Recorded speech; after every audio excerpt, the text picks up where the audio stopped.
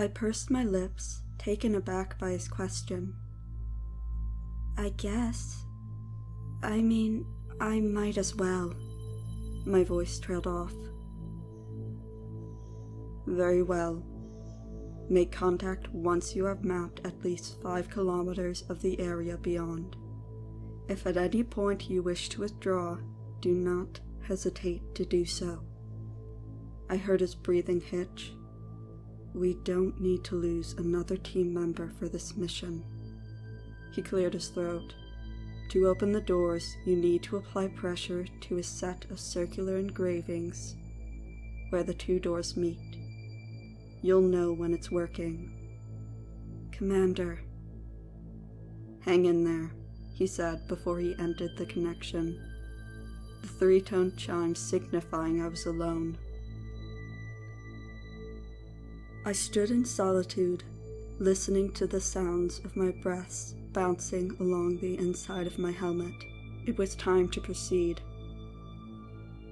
I found the circular markings that he described very easily. They were the only ones on the doors, making them stand out from the other nonsensical patterns. I reached up, the very edges of my gloved fingertips brushing the circles. I could just barely get my hand up enough to press down on it. The cavern filled with the clicking sound of gears turning rapidly.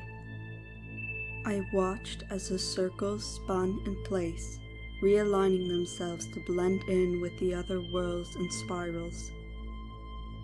A resonating boom sounded as the circles came to a halt, and the doors began to part. They came towards me slowly, the heavy stone dredging up mounds of snow on either side. The doors groaned deeply on their hinges as they moved, their weight carrying them out. I stepped back enough for them to open without accidentally getting caught in their path. And suddenly they stopped. Their hinges creaked tiredly as if crying out from not being used in many years. I blinked, using my hand to wipe the fog that had settled on the outside of my visor so I could see what lay ahead of me. Beyond the doors, I saw nothing, just an expansive blackness that leached out into the silvery chamber I stood in. If I stared too long, I could swear I saw tendrils of thick, black smoke snaking across the floor of the cavern, racing towards my boots. But as soon as I blinked, the vision would pass, and I was left staring into the abysmal darkness in front of me. Approximate distance to Fauna, 16 kilometers northwest, exclaimed the automated voice. I jumped, the notification catching me off guard. I knew if I stood there shaking, I would never make any progress. I might as well call the surface and have them haul me back up, but that would be a waste. I wouldn't forgive myself for not even trying. Before I could change my mind, I trudged forward, my boots crunching purposefully through the snow into whatever lay beyond. I wasn't sure what I was expecting, but a network of buildings and tunnels wasn't something I had considered, especially since it was intact and well preserved for the most part. As I traveled further and further away from the doorway, my headlamp illuminated more of the skeletal remains of the complex city. It was carved from the same pale glistening stone as the doors, and was just as detailed in its architecture.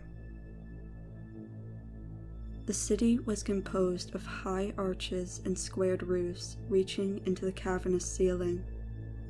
It was maze-like and cramped, the towering walls boxing me in between them, forcing me to follow their wide paths.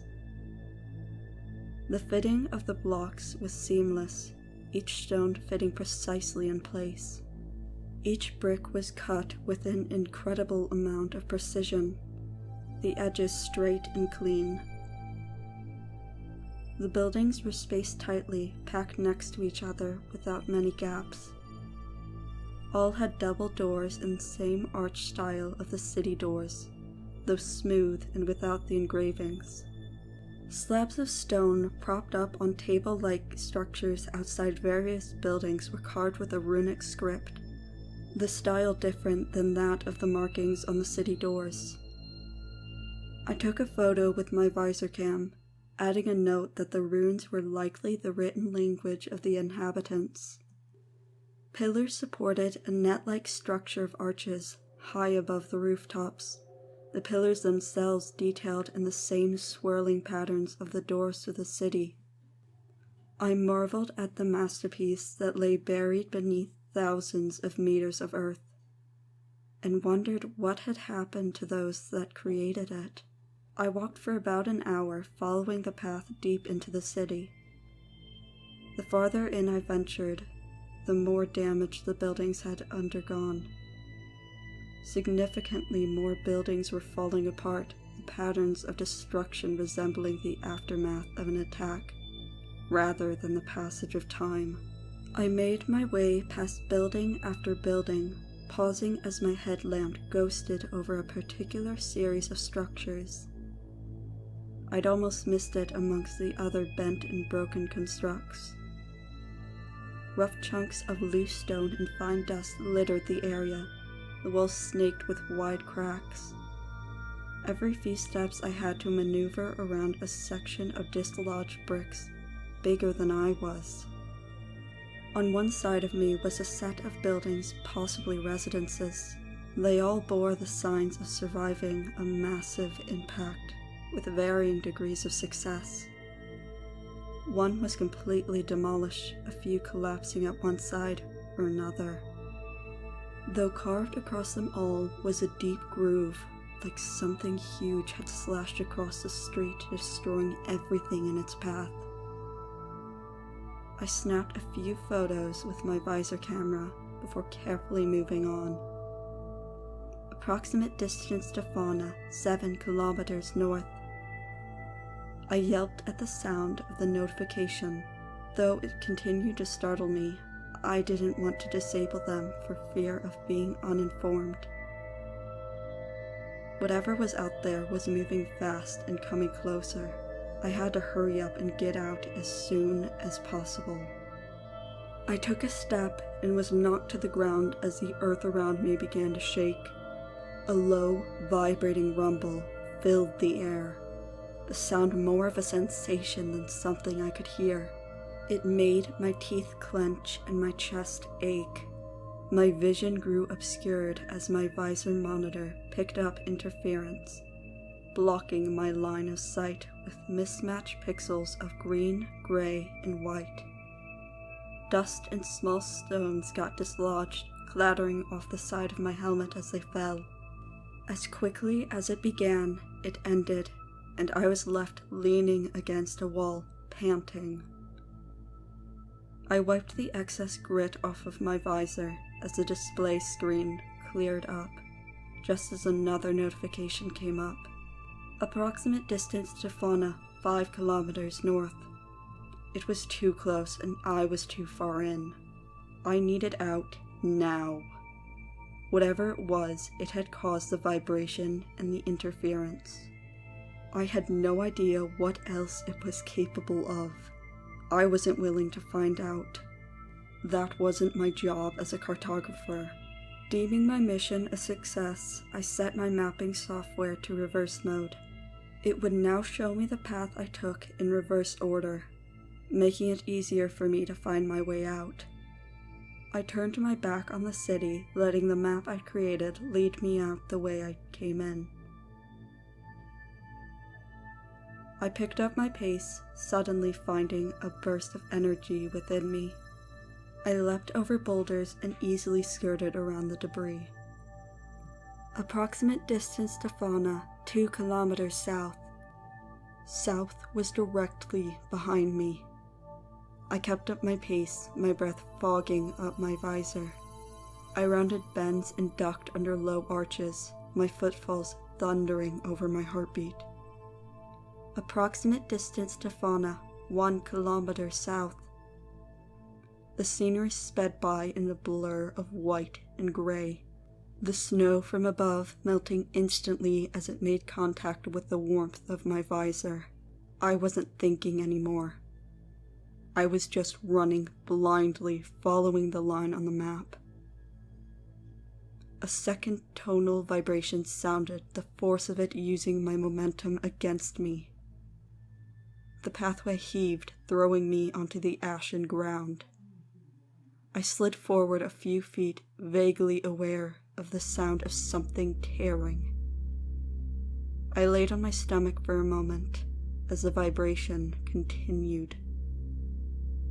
That single moment of rest was all I gave myself before hoisting myself up onto my hands and knees, my boots scraping against the slippery surface beneath me, just as my health monitoring systems kicked in. Warning, rapid depressurization. Warning, loss of oxygen imminent. The system repeated the notification over and over again, audibly and visually at the center of my visor display. But I couldn't do anything about it. Somewhere my suit had been torn and my oxygen supply was leaching out. I had no time left to worry about it. I needed to be back in the elevator now. I managed to right myself, getting back onto my feet as the intensity of the sound of the vibration picked up. Without hesitating further, I broke into a sprint. My ears felt full, like the sound was coming from inside of my head. The buildings quaked as large bits of roof and wall and pillar came loose, crashing to the ground around me as I ran past. I dodged the bigger ones while using my forearms to block the smaller ones from damaging my visor. My display began to malfunction, the screen filling with large sections of pixels obscuring my view. The speakers within my helmet began to play the sound of static, clipping in and out. Occasionally, a few high-pitched notes would sound before the static returned. The warning notification didn't stop, though. It grew more and more distorted as I continued on. My breath scraped down my throat, each one more painful than the last. My lungs burned as I inhaled dust and whatever other toxins were present down here. The garbled, almost incoherent voice of the notification system sounded as I dashed around a corner. I could see the light of the entry cavern in the near distance. Approximate distance to fauna, 350 meters south. A piercing screech blared out of my helmet speakers as I approached the exit. By this point, my visor display was completely illegible with its interference. Warning, oxygen levels at 40%. I was so close to the exit now. I could see the looming brightness beyond the massive doors. I was almost there. I was a few feet behind the mouth of the doorways when the notification system coughed out one final update. Approximate distance to fauna, 15 meters south. The vibration intensified, the sound consuming everything. My displays died and my audio systems cut out. I couldn't hear it, I just felt it. It was inside of my bones, inside of my cells. It was invading my body, tearing me apart. It forced me to my knees, just beyond the line where the light of the chamber met the darkness of the forgotten city. I dragged myself forward by my forearms, my gloved fingers reaching out to try and pull myself into the light. The sound pressed down on me as if attempting to merge my body with the earth. The pressure was immense. It was bearing down upon my back. It was rippling across my skin, biting into my flesh. It was forcing itself from my body in screams I hadn't realized I was letting out. My screams became audible over the unending sound as I watched my fingers sliding over the snow-covered terrain, feebly trying to grab hold of something, anything to stop myself. The gloves I wore dug ruts into the snow, reminding me of how close I'd come to getting out. I began to kick with my free leg, using any and all remaining strength I had to try and free myself from whatever had a hold of me. My leg connected with something solid, and the tightness recoiled. The tone of the vibration shifted even lower, the sound no longer audible, but it was impossible to miss. Suddenly, I was upright and sprinting. I ran until I crossed the threshold of the doors and slammed straight into the elevator doors. Behind the thin metal bars of the elevator, I pressed the return button in rapid succession, briefly glancing at the open doorway as it began to haul me upwards. I couldn't see whatever it was because it was as black as the darkness from where it came. I did, however, see something, a mass writhing in the shadows, its tendrils leaking out into the cold whiteness of the clearing. I understood now what those skeletons had been trying to do. I understood now that we had failed them. They died keeping those doors closed, and now, as I was being hoisted back to the surface, fear gripped me as tightly as the entity had. Amongst all of the unknown surrounding the city, there was one truth. The doors of stone were open, and I had no idea what had been unleashed upon the world.